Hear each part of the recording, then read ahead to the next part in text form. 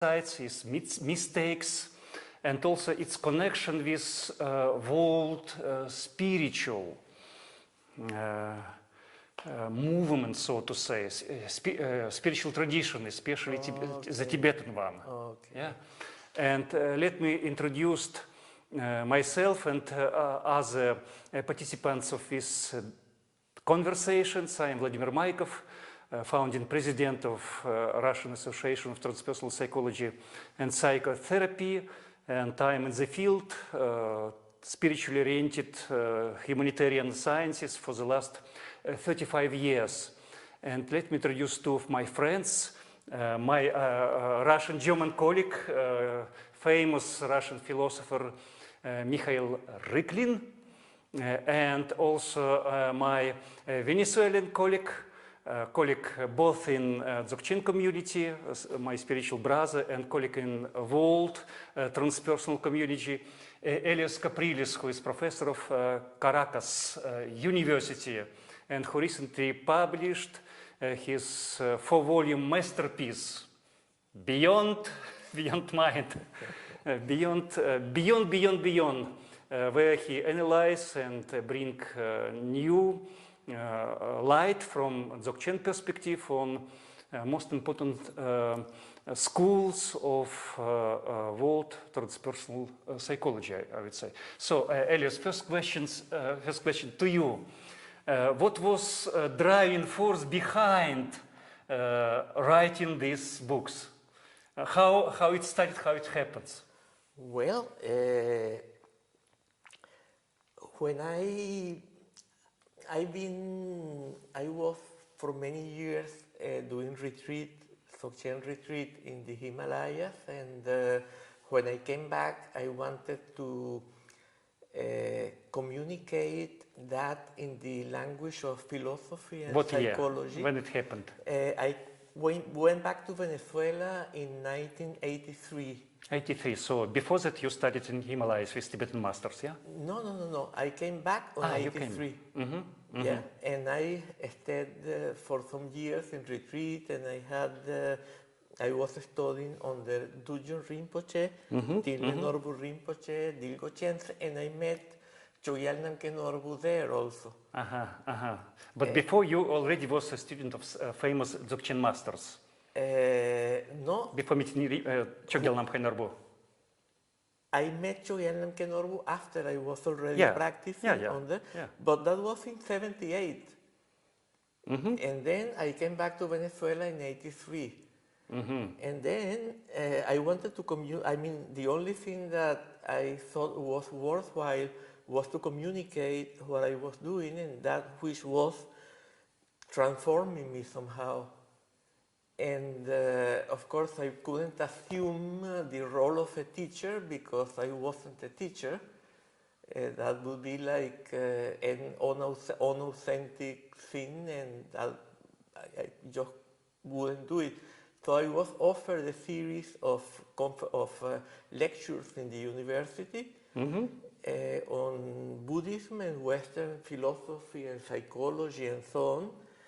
And I didn't take them. I just let time pass until I got a letter from an ex-girlfriend who said Chogyal Namkhen Norbu would go to Venezuela if there was a group formed.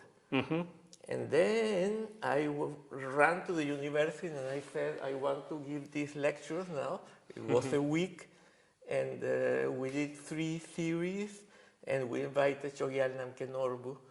And in these 3 series of lectures, I did more or less the same I'm doing now, but in a more general. That was one lecture was on ontology, another one on philosophy of history, another one on psychology. It was like different. Were you a philosopher or psychologist at this time? I was studying philosophy, but some Spanish philosopher came to the university and he gave a lecture, and then I was in the public and I began to talk to him, and then he said, "No, it's impossible that we discuss all this here. You should come and give some lecture here." And then I was invited, to give this lecture. Yeah. So, and how your connection with transpersonal field started and when? Because I was very much connected with anti-psychiatry. I have been reading about that. And then, Cooper Lane, you mean? Yeah, and other ones, including David Cooper, who lived in Paris also, connected also to Deleuze and Guattari and many of these people in the anti-psychiatric movement. And then when I came back, I discovered that this transpersonal psychology had developed, and I began to read on that. But then I discovered that, though it seemed to be the same I wanted to do, it was what each one was doing was different in a different way from what I thought a real transpersonal psychology should be. So after reading books by Wilber, Grof, Washburn, etc., some other people, you started to understand that your direction is different from this. Yeah. Yes. It was in the middle of 80th already. Yes, yes. I began reading them in that time, but I didn't devote so much time to the study of this because I was doing many things at the time. I was also doing a philosophy of history and philosophy, political philosophy. And when I finished with that, then I got more into, because I couldn't do everything at the same time. And then the more I studied these people, the more I realized where the key differences lied. So I began to feel the need to really write on this. Then the first thing I wrote was in Spanish. And then I prepared something in English for the International Journal of Transpersonal Studies, which at the time was in Hawaii. And your first paper for this journal, yeah? Yeah. And then some people liked that paper, and I felt the need to go further into it, deeper into it, because I was reading more and more. And then the more I read, the more somehow my line developed. As far as I know, there are several versions of your books. Kind of Capriles 1, Capriles 2, Capriles 3, and now published Capriles more or less up to date. Yeah, what was the difference? What was the line of your development of your vision, so to say? Yeah, I don't think it's like so much like that there is a difference. It's just that it became more elaborate. More elaborate. Yeah.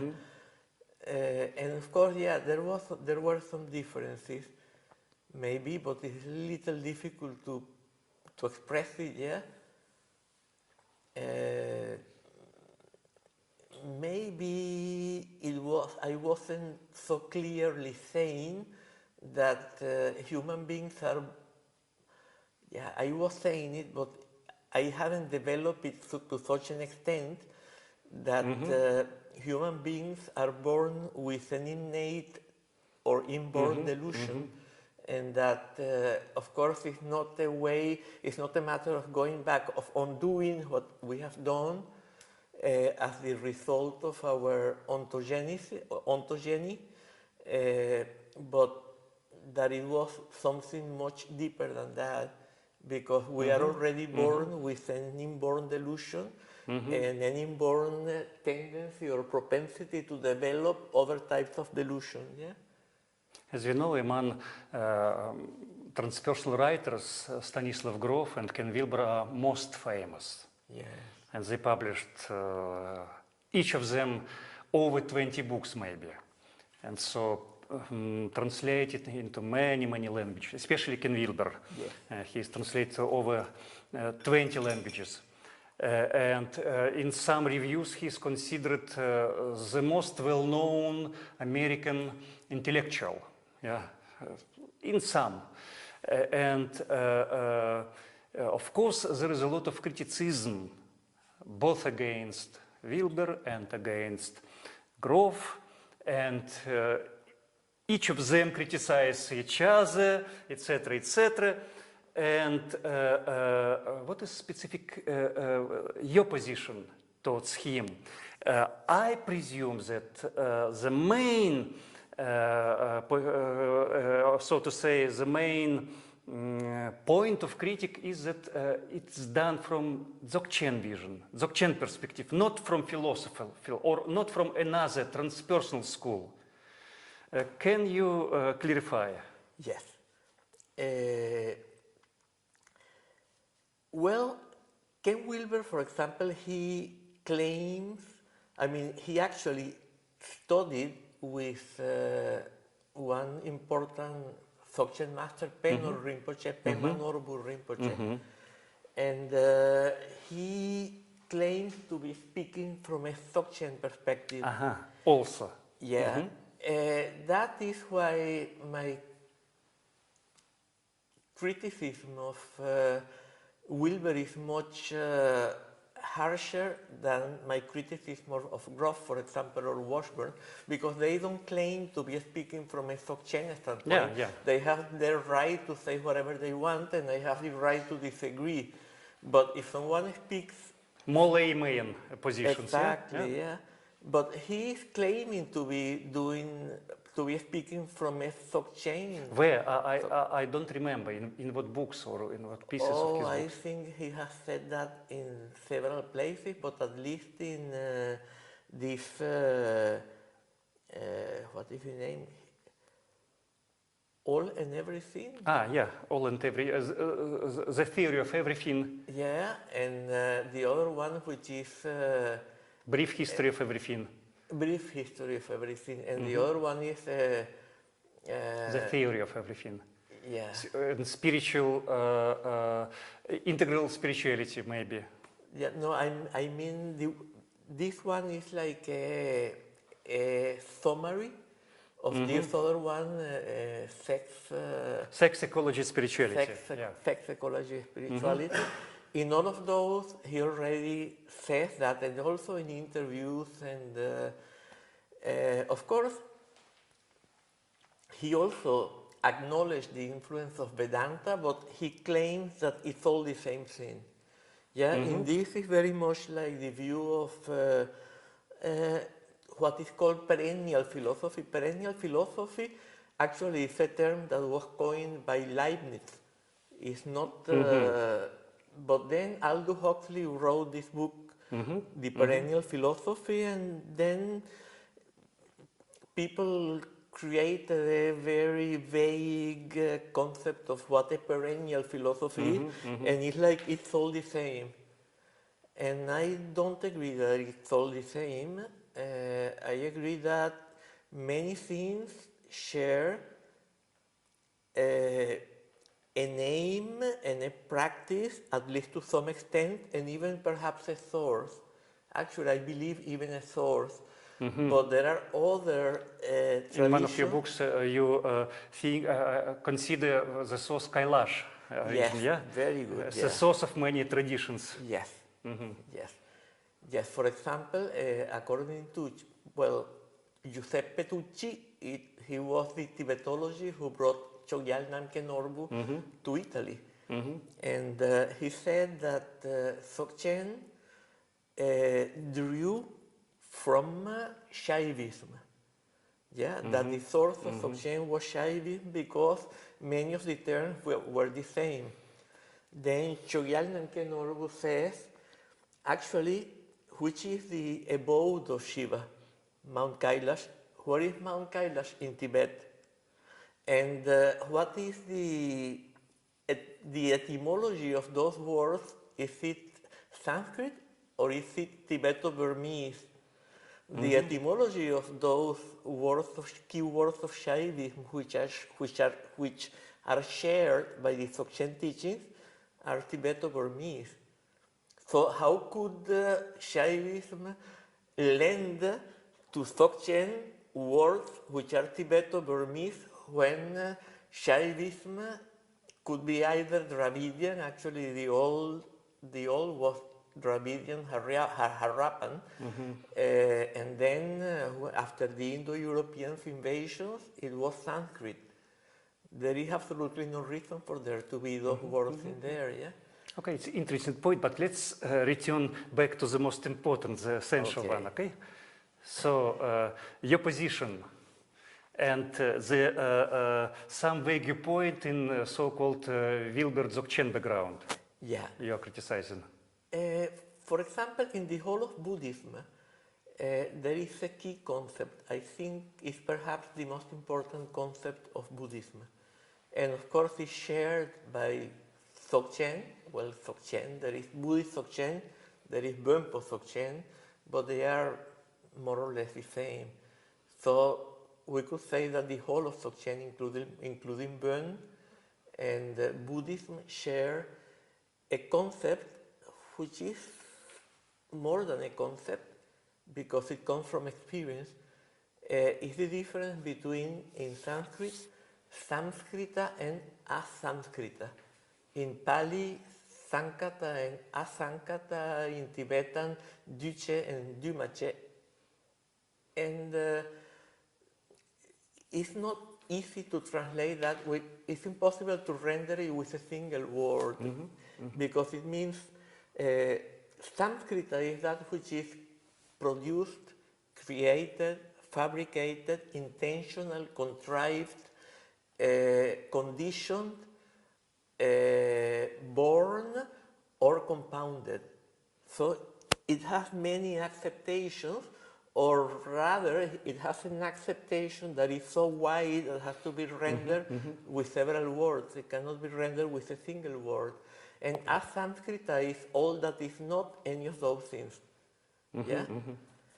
Then, Wilber's view, for example, Washburn calls his paradigm, he calls it the structural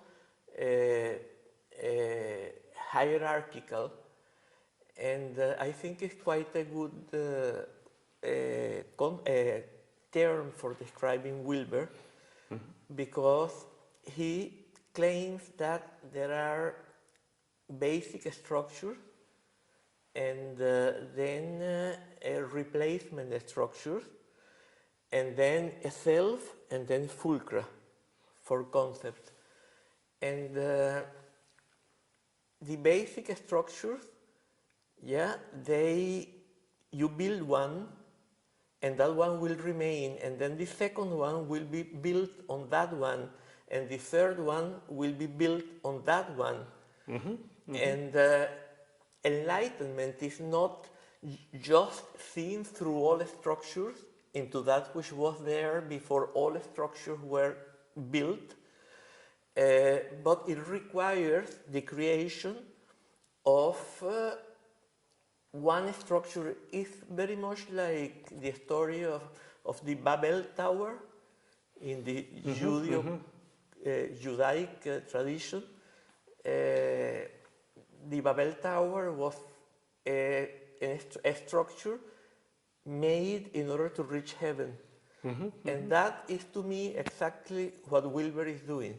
I mean, it's an early period, a kind of developmental model, but also in integral spirituality and later books, he is putting so-called Wilber comps, you know. And he described, for example, when I was talking with him, making an interview with him, he dedicated half of the talk explanation of his vision of what is enlightenment in integral approach. And so equally important, both more and more non-dual states and more and more higher levels. You know, but you can also get enlightened being on shamanic level, so to say, in the same non-dual states. Yes, this is the point. I mean, Wilber claims that you need to build a structure over a structure, yeah? Yeah. And then, of course, when you reach the highest structure, you have, he doesn't put it in those words, but it's like you see through all the structures. But you cannot see through all the structures until you have created that last structure. And then he has changed because after some time he began accepting, because there is both an ontogenetic and a phylogenetic interpretation. Yeah? In the phylogenetic interpretation, before he claimed that it was only very recently that people began to be able to attain what is normally rendered as enlightenment. Yeah? And he also claims that children also have to develop in the process of ontogeny. They have to develop a lot of structure. And only once they have developed them can they somehow come to the point at which they have this non-dual realization that implies seeing through them. Yeah, but and then he accepts, yeah, that perhaps some very special people at the shamanic period, but he continues to say that enlightenment arose with the Buddha Shakyamuni at that time. According to the Dzogchen teachings, there have been Buddhas since there was humankind. Yeah, from the very beginnings of humankind, there have been Dzogchen teaching. So this is a totally different way. And ontogenetically speaking, it's also very similar because we have children.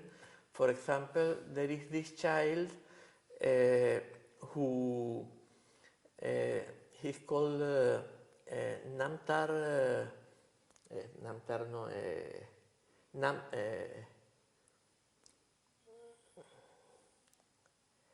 You mean Sam Terton, who manifested this capacity in young? This Terton, I am having difficulty with the memory Yeah, after I have those. That doesn't matter. Those strokes and. Young enlightened Tibetan master, in what age? Some 5 or 8? No, a little older. Yeah, maybe he 10. was 12, but he had.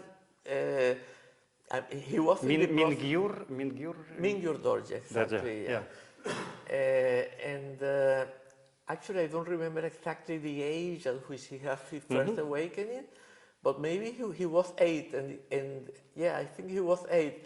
And when he was 12, he began to reveal termas, and then he continued to reveal termas until he was 21 and he died. Of course, 21 in Tibetan terms might mean 19 or 20. Because in Tibet, when you are born, you are 1 year old because that's your first year of life. And if the new year is 3 days after, when you are 4 days old, you are 2 years old. So this is difficult to calculate, yeah, we don't know. Anyhow, this absolutely destroys the view of Wilber, yeah? And there are many other cases, a small child who was very boisterous and some...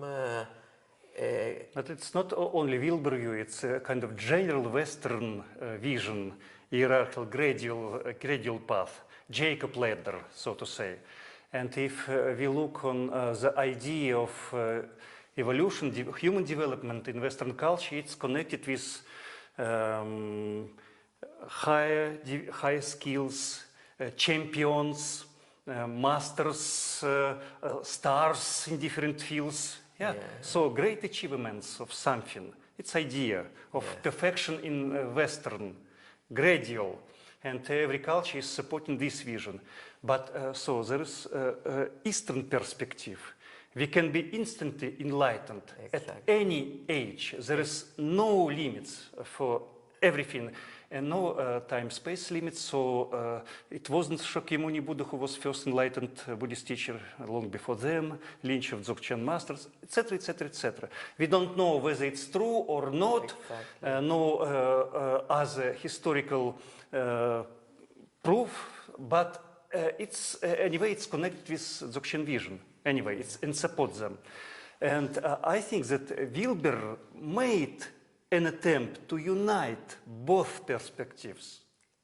He is trying to get best from Western. He can't reject from Western world, since and we can't reject, we are part of Western world. And so we can criticize not gradual vision, but limits of, I think, these visions. And we can look for the way how we can improve this vision with infinite perspectives, through infinite perspectives of Dzogchen or something else. Since everything in Western culture is based on mind, and function of mind, and subtle differences in every field. What do you think, Mikhail? Is it possible to eliminate gradual perspective from Western culture? Or criticizes it's wrong, for example, philosophy is wrong since it's based on mind? It would be difficult because Western system of education is so constructed that you should first you should progress degree by degree. It's a very old tradition, so it would be hard. It's not easy to destroy this system, because, say, we take Germany. You have this Abitur. It means it's more than middle school. Then you should go into the university, have your university grade, then the first dissertation, then the second dissertation. The second dissertation means you have a right to be a professor. You're now a doctor, PhD, You're a PhD. So this gradual system is sort of rooted in the structure of Western institutions. If you are 17, you come to the university and you say, I am enlightened. Well, fine, you are enlightened, good. But it does not change anything. You should begin studying in the university. You should make your dissertation. You should do this. So, enlightened or not. So. What do you think? What is the weak point of this gradual vision, and why do you think that Wilbur is too much attached to that perspective? Yeah, but I want to emphasize this point of Sanskrit and Sanskrit, and then we come back to that, because it's the key for understanding the difference. All that is Sanskrit has a beginning and has an end. Depends on causes and conditions, or it is interdependently arisen. It arises interdependently or co-emergently, or however you want to translate that, then it has a beginning, it has an end. It cannot be a definitive solution to the problem of life. So I think this is a very important point, because so long as we believe that we have to build a structure after a structure, and those structures have to remain, even if at some point we reach the non-dual, that involves that we are no longer conditioned by all the structure. The idea is that the structure has to remain. I think that is, and also Wilber doesn't say quite clearly whether this is or is not. There is or there isn't a real theme through all these structures. We will come back to that later on. Now, in Tibet, they also had this system of education. Of course, there were some people who they were recognized as tulkus or something like that, or maybe even they weren't recognized as anything, and they just, at some point, they begin to shine. And they were recognized universally as being great masters. But there is also the gradual system, And nonetheless, the view of the philosophy of history is degenerative, There is a golden age, which is called the Kritya Yuga, the era of truth, or the Satya Yuga, the age of Kritya is perfection and Satya is truth. And then there is a degeneration which is produced by the development of avidya, delusion. The more we evolve, the more delusion there is. And this is the absolute opposite of Hegel's view, for example, which I think has conditioned Wilber, and Washburn is also very clearly conditioned by Hegel.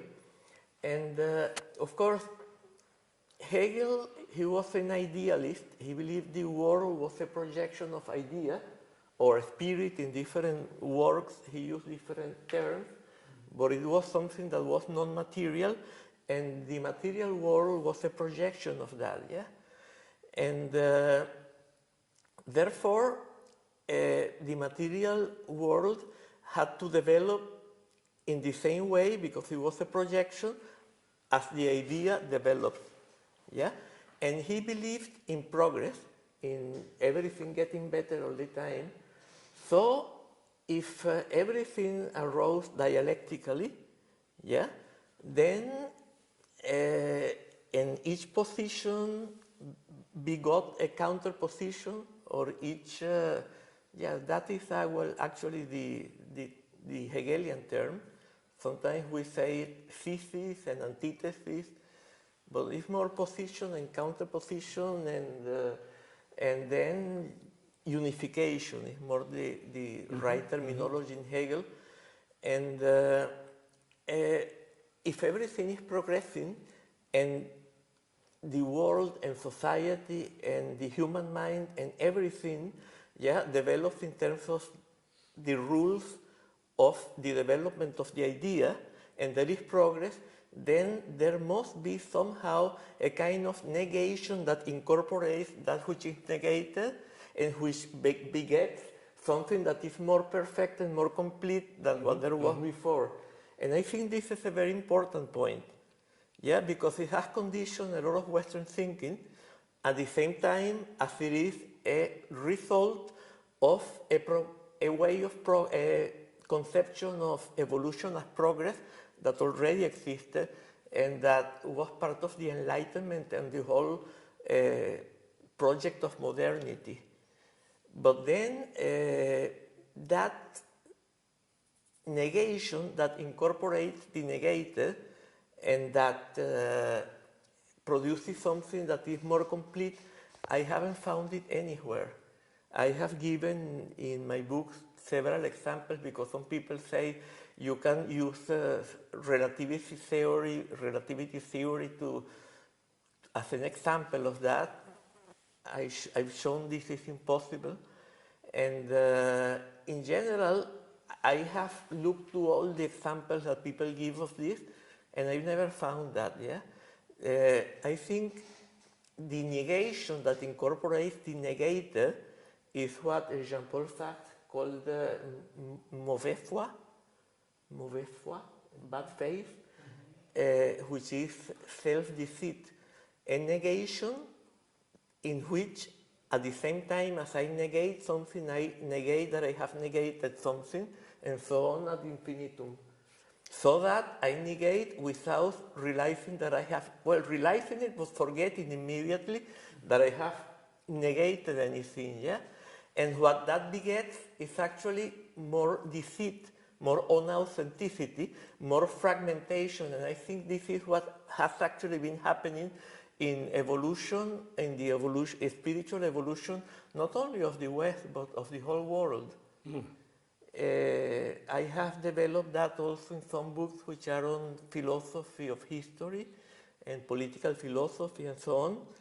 Not so much in these Beyond Mind papers, but I think it's an important point, because Wilber's view is very much conditioned by this Hegel view, and it's quite the opposite of the Buddhist, not only Dzogchen, but Buddhist. And also in Buddhism, we have many Buddhas before Shakyamuni, which we don't know whether they existed materially, but that's part of the teaching.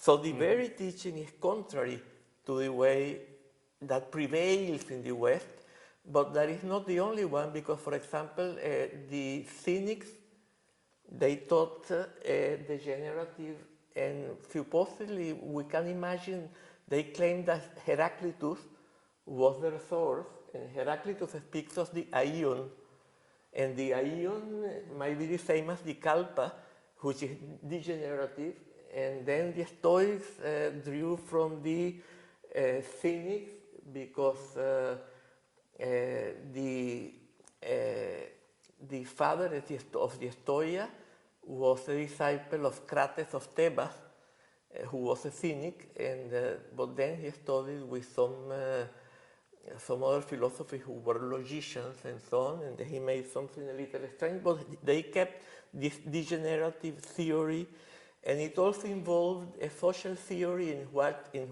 which the egalitarian state was characteristics of the beginning, and that amounted to perfection. And also the lack of hierarchy, which is the opposite of Wilber. For Wilber, hierarchy is the big thing, yeah? And holoarchy. Huh? In holoarchy also. Holoarchy, yeah, he says holoarchy, but for me that's just hierarchy in newspeak.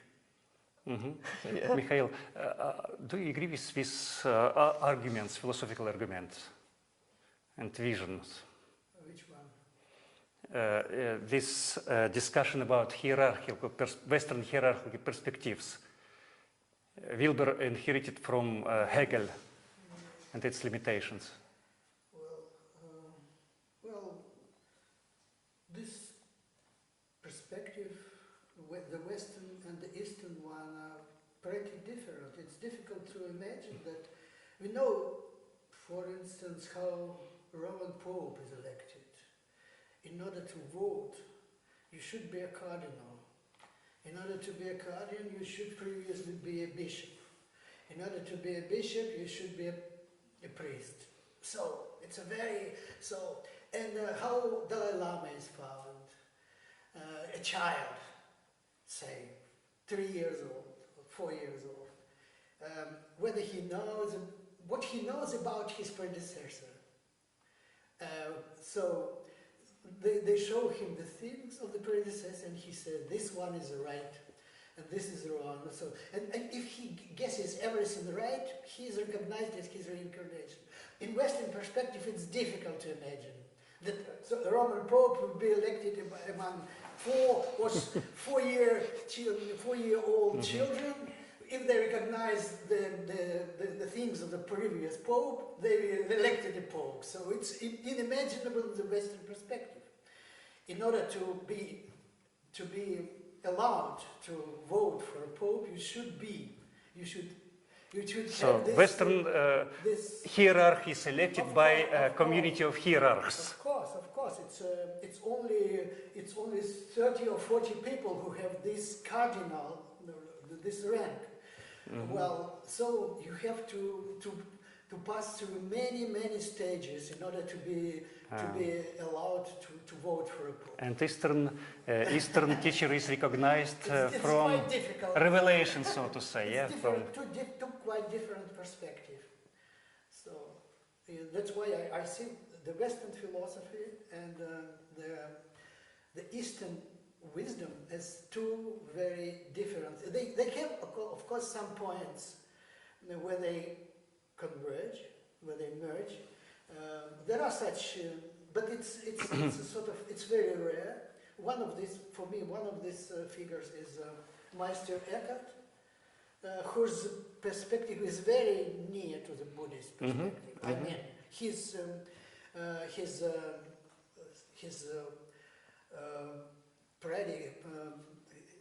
what he preached as a priest was very near.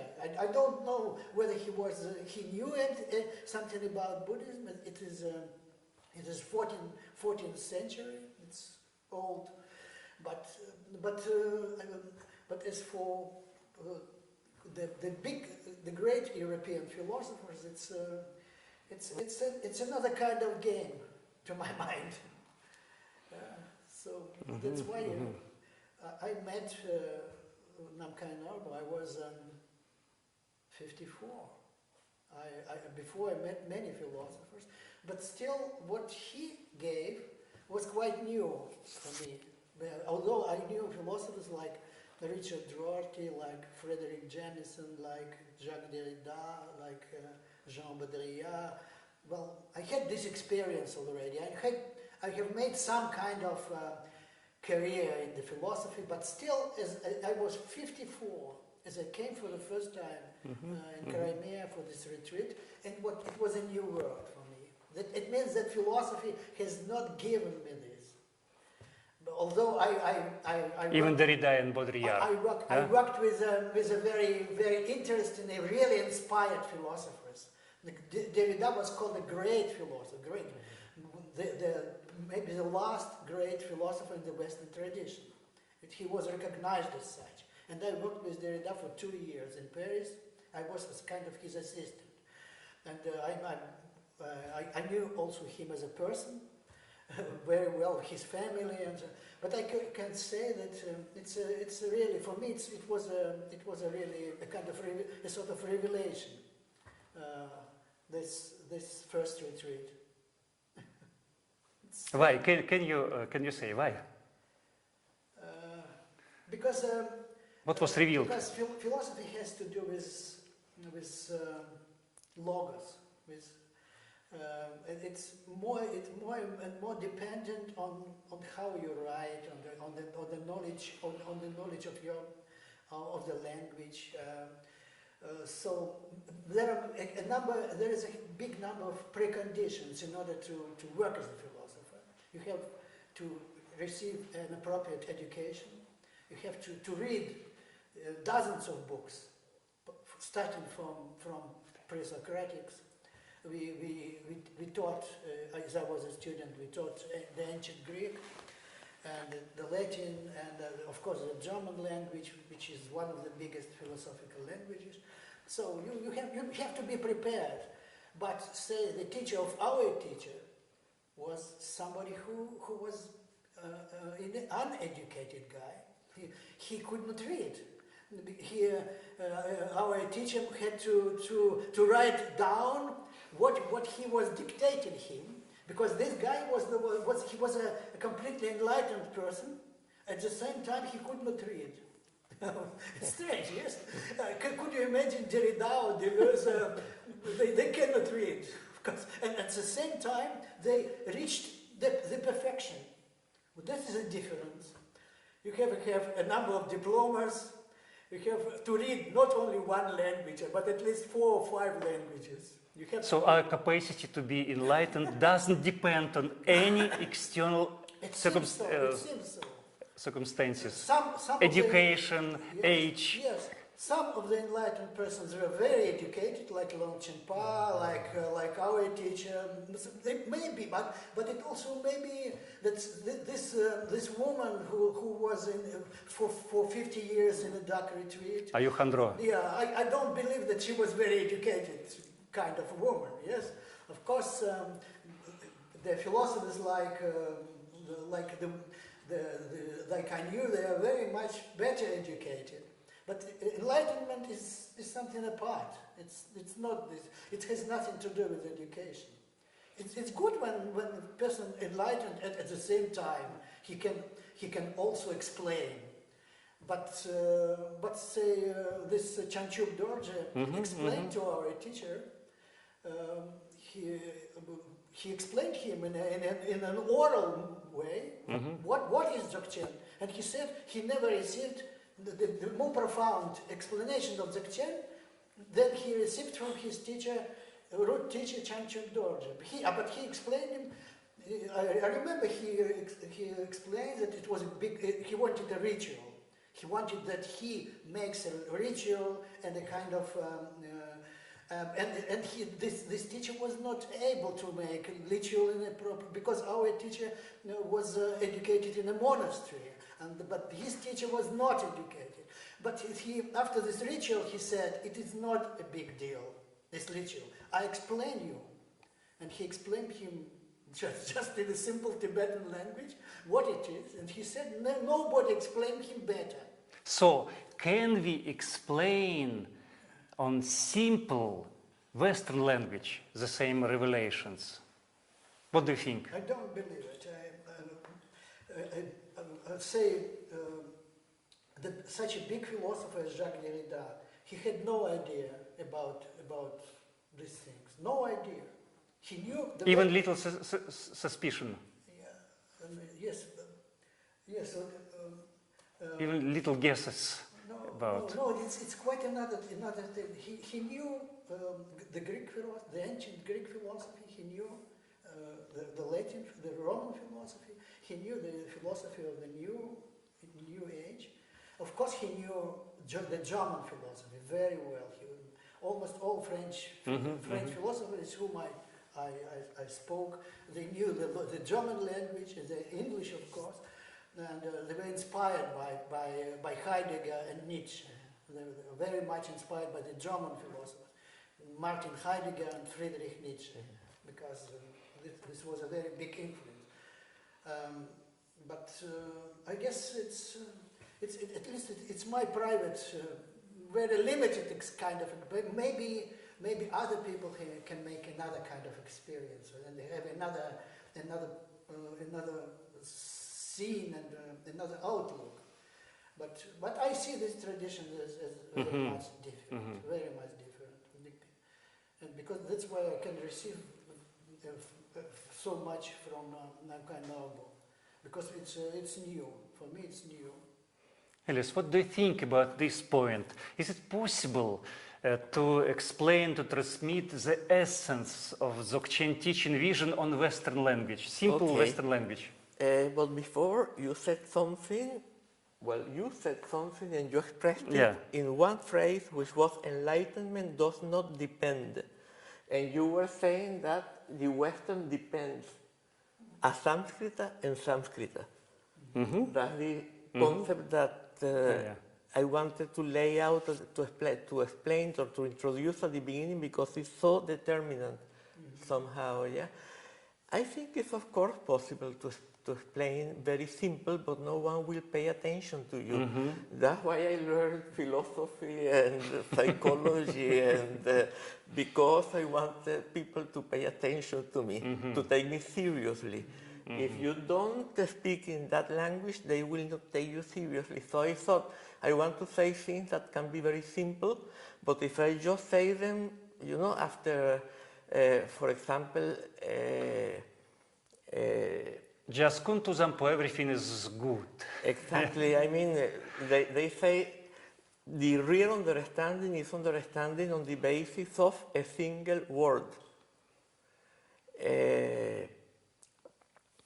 Since Hegel was told that he had to be write a little more difficult because otherwise no one would pay attention to him, everything has become complicated.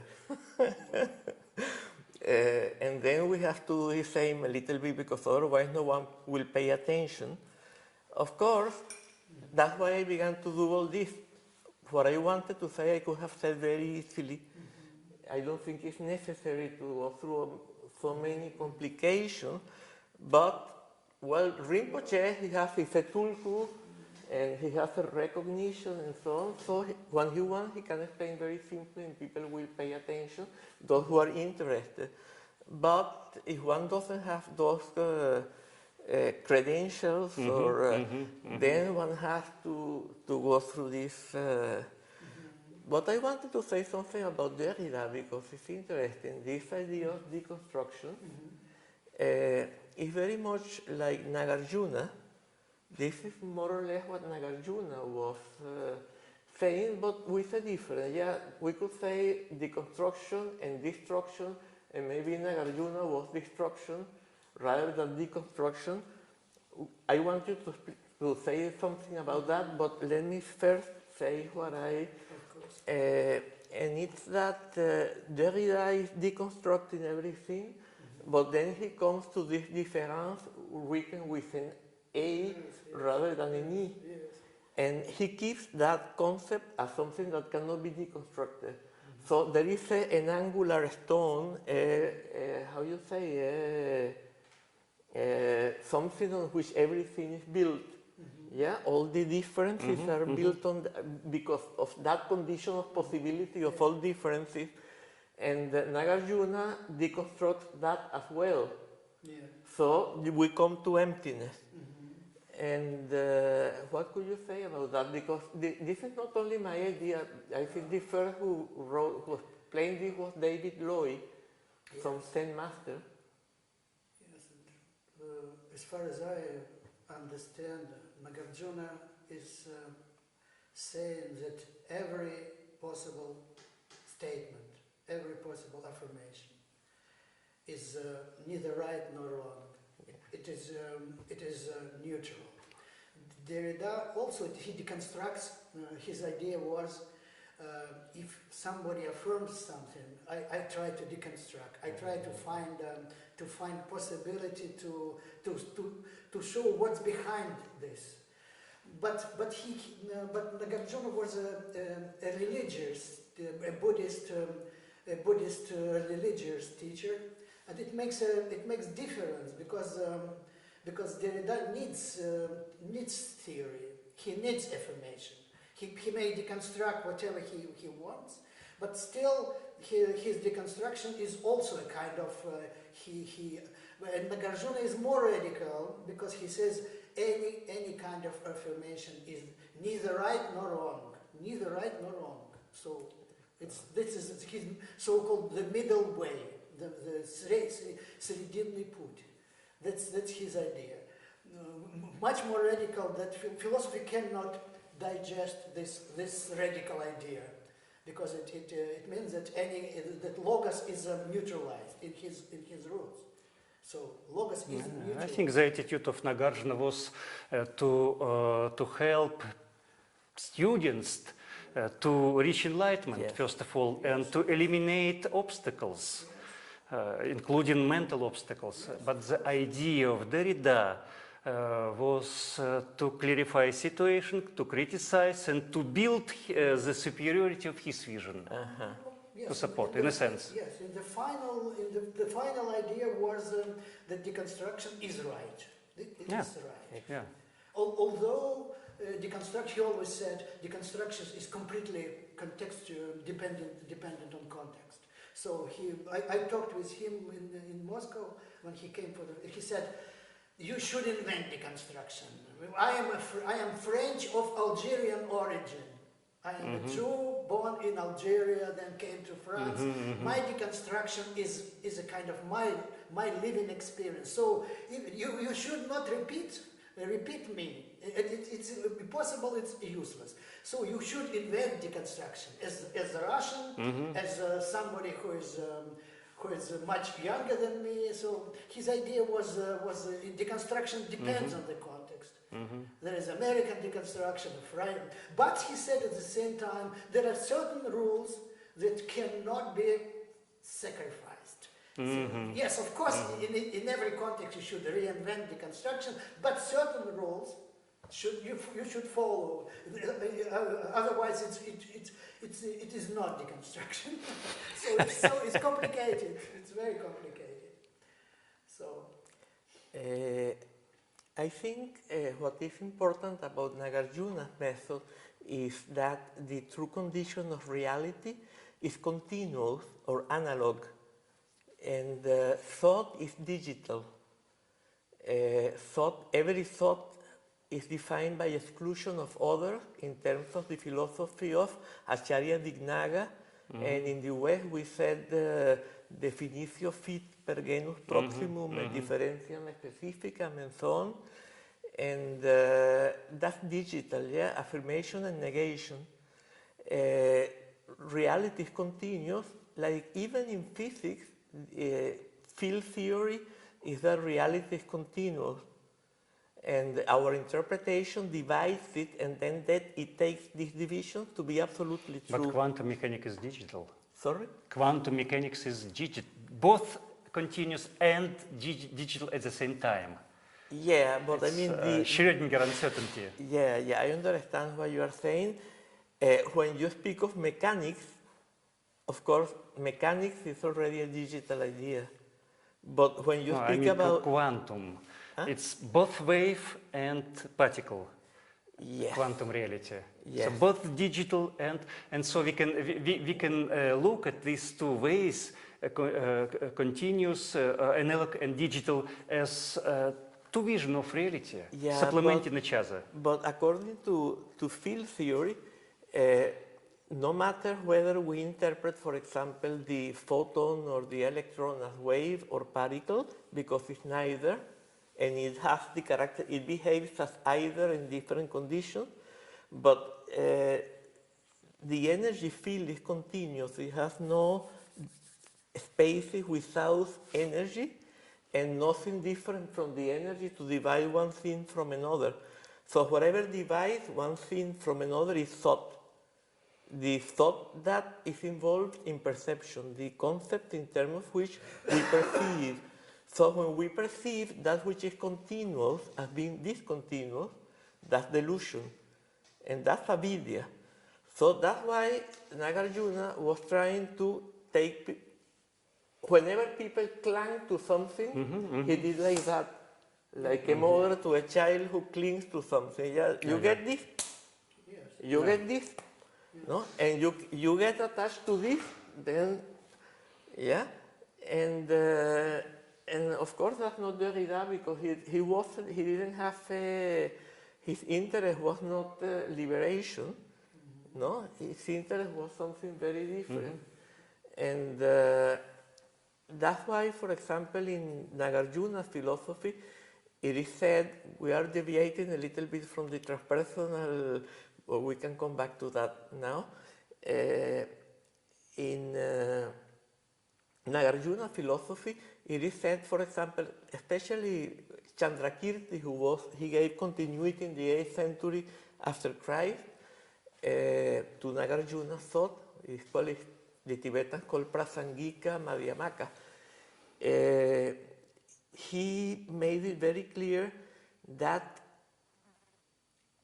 well, Nagarjuna already says whatever can be thought is false, like Nietzsche, but from a different viewpoint, very different viewpoint, because it was soteriological. It wasn't just a theory about reality. Actually, the point was to destroy all theories about reality in order to come to the non-digital realization of the analog or in continuous true conditions somehow. And that's why, according to this system, Buddhas, there are two concepts, Swamata and Paramata. Swamata and Paramata in Sanskrit. Swamata is what you take to be true. Paramata is what you teach others for them to believe. Then a Buddha has no Swamata. A Buddha doesn't believe anything because he knows that reality is not digital, no digital concept can correspond to reality, to even a small parcel of reality, to nothing, never. Then, whenever he talks, he's talking paramata.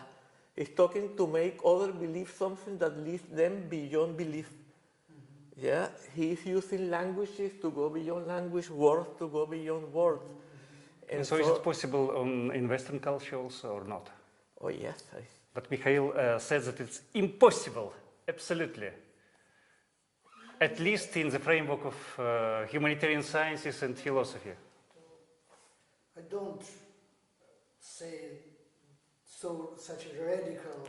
Now, of course, everything is possible. Of course, on the margins of philosophy, there are many. Some philosophers were influenced by Buddhism, like Schopenhauer, like Nietzsche, like some other philosophers. There was some kind of influence, but I see a very big difference. Really, at the root of the Western tradition, the idea that the world is created, that somebody created this world. This is what Judaism believes, this is what Christianity believes, this is what Islam believes. Buddhism has quite other, the first statement of Buddhism is very much different. Nobody created the world, nobody. So it's a big difference. Well, you should work with your mind. You should. There is no demiurge, the first one who made it all, and we are moving along the lines of creation. No, it's such a big difference. Hegel was a Christian philosopher. in a Protestant tradition. And Prussian official philosopher who played, because for Hegel, philosophy is born in ancient Greece. Everything which was before Greece is some kind of vague Eastern ideas, but it's not philosophy. It's of course he knew about something about India, a little bit about China, a couple of pages about Persia, but real philosophy is very because in Greece there was democracy, there was elected ruler. There were citizens like Socrates, like who voted for. Of course, he knew that there was 100,000 slaves who did not participate in it, but it was the first democracy, and democracy is origin of philosophy. And then in Rome, of course, continuation of Greek tradition, then Christianity, and then, of course, the New Age. So he was a very Western philosopher. He said in India there was some interesting people, but it's not philosophy. It's some kind of Eastern religious, vague religious ideas, including Buddha. One interesting thing is that in Greece, matter was eternal.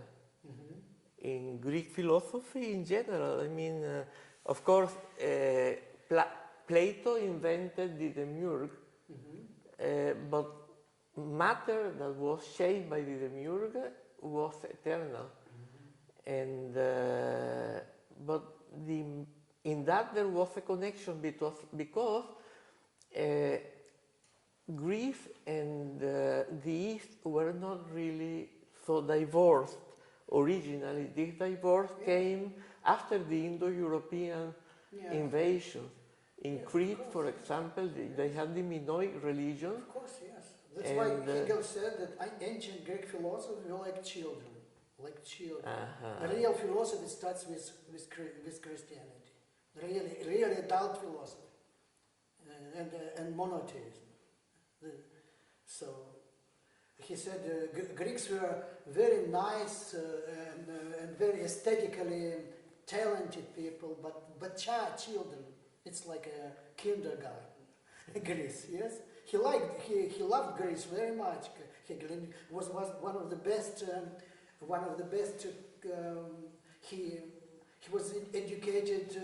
He knew ancient Greek language very well and Greek culture, but he regarded them like small children that are not ripe for philosophy. But still, philosophy begins in Greece, of course, but it's a kind of the birth of philosophy, not a really adult mellow philosophy, which is in Germany. He said that Prussia is a kind of end of philosophy. His philosophy is the end of philosophy. So he wanted to be the last philosopher. That's why. Well, but still, philosophy continues after Hegel, after his end of philosophy. Yeah, it's clear and sad perspective at the same time. And I want to put your attention again back to initial, not yet clarified question. Namely, is it possible to bring Dzogchen vision to Western culture on Western language? Is it possible, what do you think, to correct, in a sense, Wilber mistakes in explaining Dzogchen perspective? I think definitely, that's what I'm trying to do. Whether I am successful or not is not for me to decide, because then I would be like Hegel. It would be like what Chogyam Trungpa called the absolutely demonic state of total egohood. But that's what I'm trying to do, and probably many other people are trying to do. And if I try to do it, it's because I believe it's possible. certainly. And if not to refer to Grove, Wilber, to other transpersonal stuff, what is the essence of your vision? Well, how we can do this, for example? That is not very easy to explain. I understand. Because the true condition cannot be explained in words. That's what we were saying before. Yes. So if I say Yes. what is the essence of my vision, is going beyond words and beyond conditioning. But that's not only my vision. That's a very ancient vision that is shared by Buddhism, but it's not circumscribed to Buddhism. It's something that many traditions have shared. And then what is it that is characteristic of Dzogchen is also a method to achieve that, which is very appropriate for our time, I believe. And we could explain that in terms that are shared by the Hegel Marxist tradition. Okay, for example? To transform contradiction into conflict. Yeah? The contradiction is ego. And why is it a contradiction? Because, first of all, ego is based on avidya, which is delusion, and delusion contradicts the true condition. But delusion also makes us contradict ourselves all the time, not only intellectually, but on a much deeper level. For example, this delusion makes us achieve the opposite of what we want to achieve through our actions. The whole project of modernity was to produce a technological paradise. And what have we achieved? Ecological crisis, which is threatening the very survival of humankind. And that is the absolute contradiction of the intentions at the root of that project. Yeah, as laid out by René Descartes or by Francis Bacon. Yeah, it's the same project expressed in from two different philosophical perspectives, but it's basically the same: to dominate nature, yeah, to submit it to the desires of man.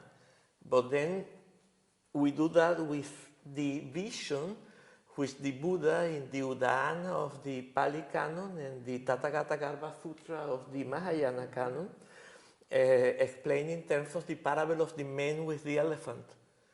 And there were all these blind men, and the king told them, please determine what is the object in front of you. And one put the hand on the eye and said, it's a ball. Another one on the husk and said, we change it a little bit so that it's more appropriate, a hook for carrying pieces of ice. And another one took the trunk and said it was a hose pipe, a fireman hose pipe. Well, and so on, everyone. And the last one got hold of the tail and then threw it away and tried to run away because it was a snake. So we try to take out, sever all the pieces of the elephant that we think might be useful to us to make life more comfortable, and to destroy all that we feel that threatens our existence. And by doing that, we have come to the point at which we are on the verge of self-destruction. And for example, we come back to Wilber. Wilber is an evolutionist. He absolutely overlooks that, because that will destroy absolutely his whole theory of evolution. His own evolutionary outlook would be destroyed if faced with this reality. So he says, now we are still centuries far from the end of evolution. The time at which enlightenment will become available to everyone is centuries away. But we are not centuries away from self-destruction. It's something that is by the corner. I mean, so what Wilber is doing is telling us, go ahead to the abyss and fall down to the abyss, because after the abyss you are going to find general enlightenment, yeah? So this is to me outrageous. Of course, yeah. Perhaps the Sutra Buddhism has many more chances to get included in the Western system of education, to get influence. We have already some figures who influenced the Western, the Sutra Buddhists, like Suzuki, especially the non-gradual Sutra way. I mean, Chan and Zen. Our teacher says, as he came to Naples, the Zen was already popular. Nobody knew about Dzogchen at this time. He was the first one who actually started teaching Dzogchen. But Zen was already a kind of in the vogue, and Suzuki's books were read and taught at the universities, and but it's much easier to transmit the Sutra tradition, because the teacher is a man. Buddha in Sutra is a friend, a more experienced friend who teaches. It's like a little bit like the Western University Sutra. I mean, his teacher, he is a teacher. He's Ananda, then Mount Galyana, then Subhuti. He is surrounded by the first disciples, and they are a kind of. He is a professor. They are a sort of aspiring professors, associate professors. And then assistant professors, so Sutra is easier, much easier. So I guess, but Dzogchen is very difficult to understand, to explain, because you need an enlightened teacher. And our teacher repeats: don't try to teach to study Dzogchen by books. Don't try. Only in a very exceptional case.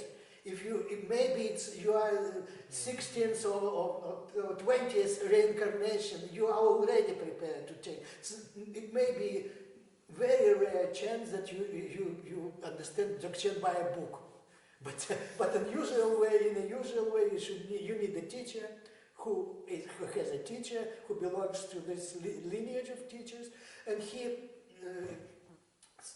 that's why it's so difficult. It's so esoteric. It's so esoterical. And Sutra is not esoterical, it's exoterical teaching. So they try to explain what it is all about. And Vajrayana is very difficult to transplant in the Western world, and still more difficult Dzogchen.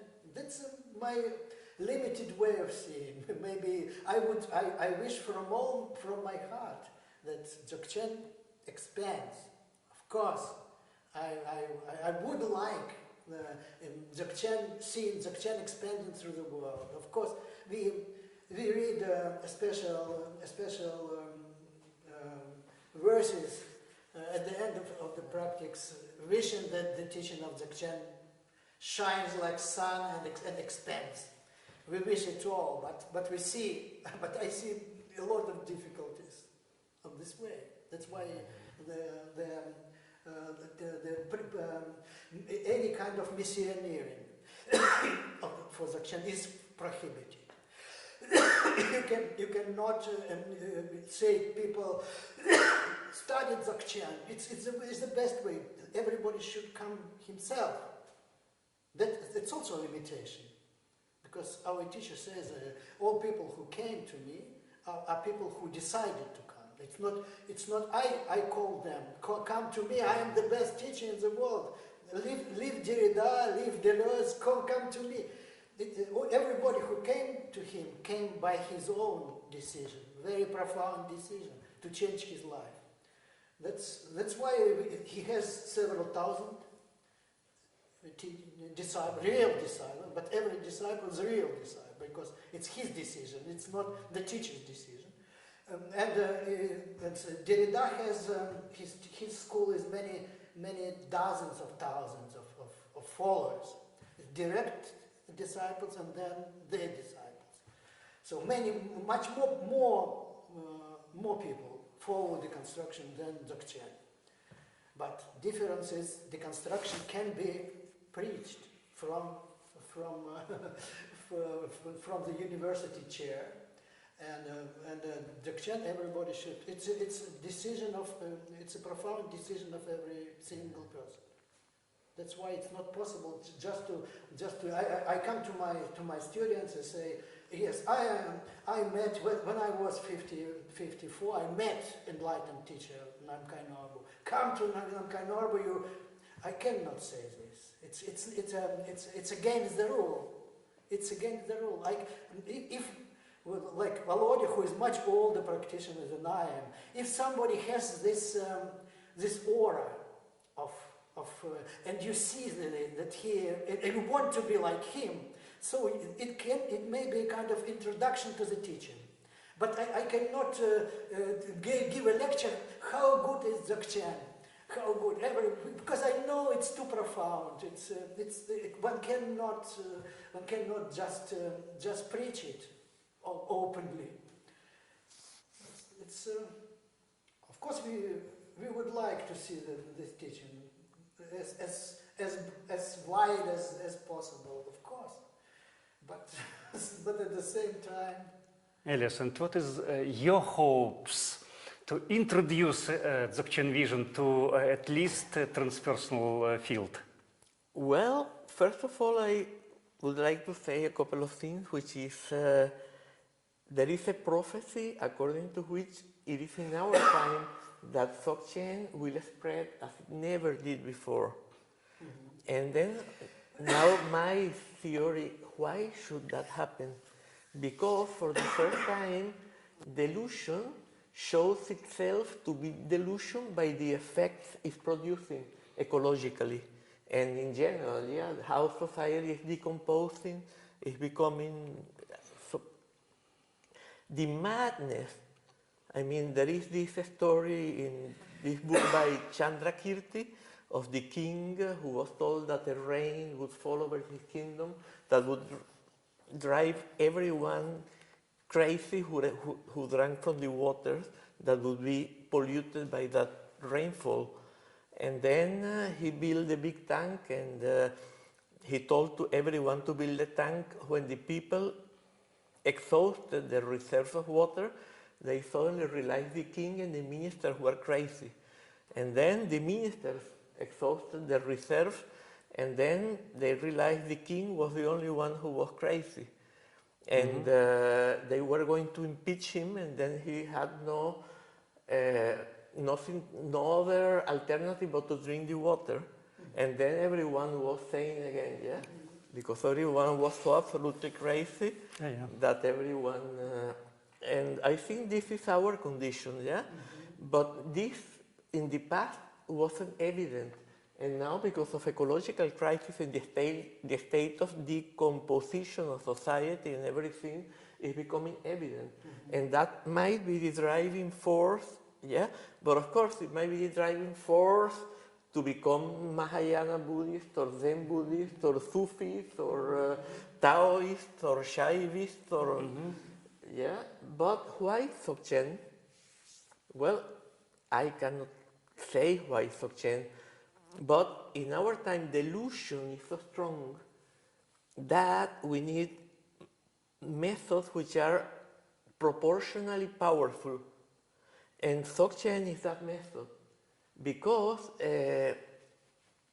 it's like ego grasping, delusion, our belief in the truth of things, which is here, anguish is that. Anguish is very strong belief in reality of things. Anguish in a general term, it could be angst also, not necessarily l'angoisse de sacre,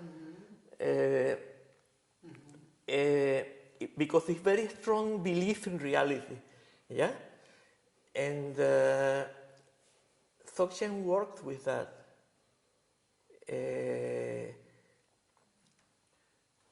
But Buddhist as such works with it. And Yeah, Sutra also works with that. Sutra is also saying that the world is an illusion. Oh yes, but with using anguish. Mm-hmm. Dzogchen, the method of Dzogchen is based on anguish. Mm-hmm. And that's why the method of Dzogchen is to, as we said before, transform contradiction into conflict. Mm-hmm. Because if we are under delusion, that's a contradiction. Mm-hmm. When it becomes conflict, we cannot live in that delusion. Mm-hmm. And Dzogchen has methods like Togel, Mm-hmm. in which you make some visions appear that as soon as you experience yourself as separate from them, something that is called the wrathful dynamics of the dharmata, of the true condition, happens that will and dissolve. Yeah, but you need to have a capacity of self-liberation before. That is the problem. Yeah, that is the problem. Togel is here. We have about 1,000 students. Yes, but I'm sure that Togel would practice maybe a dozen. Maybe it would be very big success if Togel would be practiced by a dozen. Our teacher is very cautious about this method, and he says I should really see somebody is really prepared. It's not enough to be my disciple. I should see this should be a disciple who really deserved this method. I guess I don't know how many people in Dzogchen community worldwide practice Togel. I'm not sure that. But also Rinpoche said many times that to be realized, it's enough to practice SMD. Yeah. Yes, To know the nature of mind. Yeah. But many people want to realize this rainbow body. Many people, they have this ambition. They want to realize the rainbow body. And without Togel, you cannot realize the rainbow body. They ask teacher always, they insist, give us this teaching. And they say, it's egoistic, you are not giving us this teaching. And he says, it's not a problem of egoism, it's a problem you are not prepared. Exactly. If you are prepared, I would give everybody this teaching. I would say that SMD can lead to realization, but in SMD, if you get distracted, there is nothing that will force you to liberate. So you can lose a long time in distraction. But with a practice like Togel, as soon as you get distracted, as soon as you fall into delusion, and liberate. So it's like a compelling dynamics. Foda. Huh? Foda. What? Foda. Practice. For that practice. Yeah. Okay. Yes, you are a very old practitioner, as I see, much older than I am, and you are also at the same time like me, the teacher of philosophy. And my question is, these two lineages, you are Dzogchen practitioner, you are the professor of philosophy.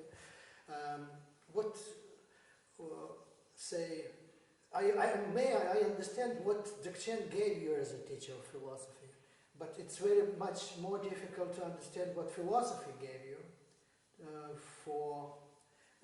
as far as Dzogchen practitioner. Dzogchen gives very personal. You feel the things lighter. You are more detached.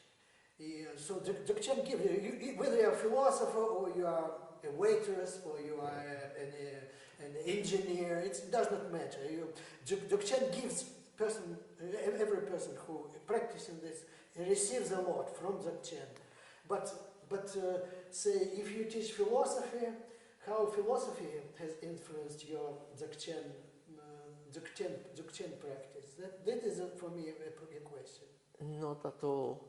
It's not influencing it. That's No. why.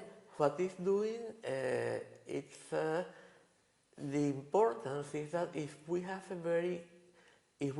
studied, for example, philosophy, then we are contaminated by that, we are conditioned by that, and then we need to counteract the wrong beliefs of the philosophy that we have learned. And we can do that from the standpoint of Dzogchen, but just to throw it away. Because we cannot throw it away before we have counteracted it, because it's like something that is, so stuck in us, that we have to counteract it first and then throw it away. There is an explanation of kinds of faith in Buddhism. The lowest kind of faith is because you are born in a country that follows this tradition, X-tradition.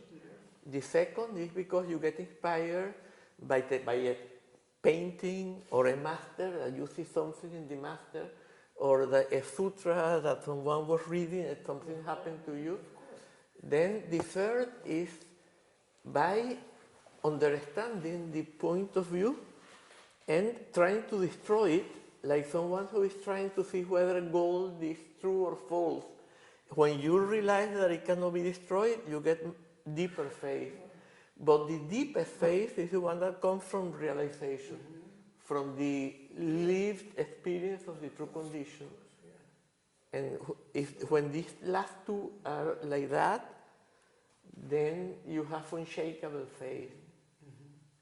So philosophy has not influenced your practice of Dzogchen. That's also a kind of proof that it's not symmetrical. And I mean, in Buddhism, of course, the most popular Buddhism is teachings like Pure Land of Amityville. They have now a big number of followers. Say non-gradual sutra is much more esoterical. It's really not easy to follow this way. You need special capacities. Tantra is very esoterical, of course, and it's not by chance that most of Dzogchen practitioners in Tibet were Vajrayana practitioners who came, who realized what's the name? Mahamudra. Yes, they came to Dzogchen through Vajrayana. Yeah. Almost every Tibetan Dzogchen practitioner started as Vajrayana practitioner. That's why our teacher is revolutionary in a way that he is teaching Dzogchen in the Western context, without Tantra.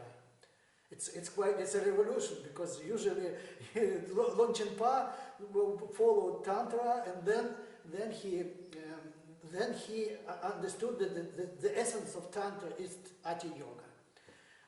But he is teaching Dzogchen without Tantra.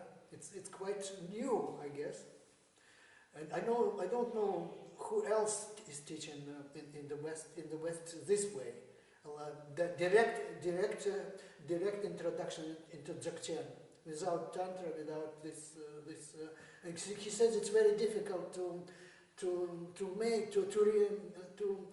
imitate these rituals, because he says if I want to make Kalachakra, I need a week just to prepare, just to prepare this. It's in the West, he says it's impossible. It's really. But this Pure Land of Amityville, you need just imagine your future. You just imagine this golden palaces, this statue. It's not so difficult, yes. But non-gradual sutra, it's already difficult.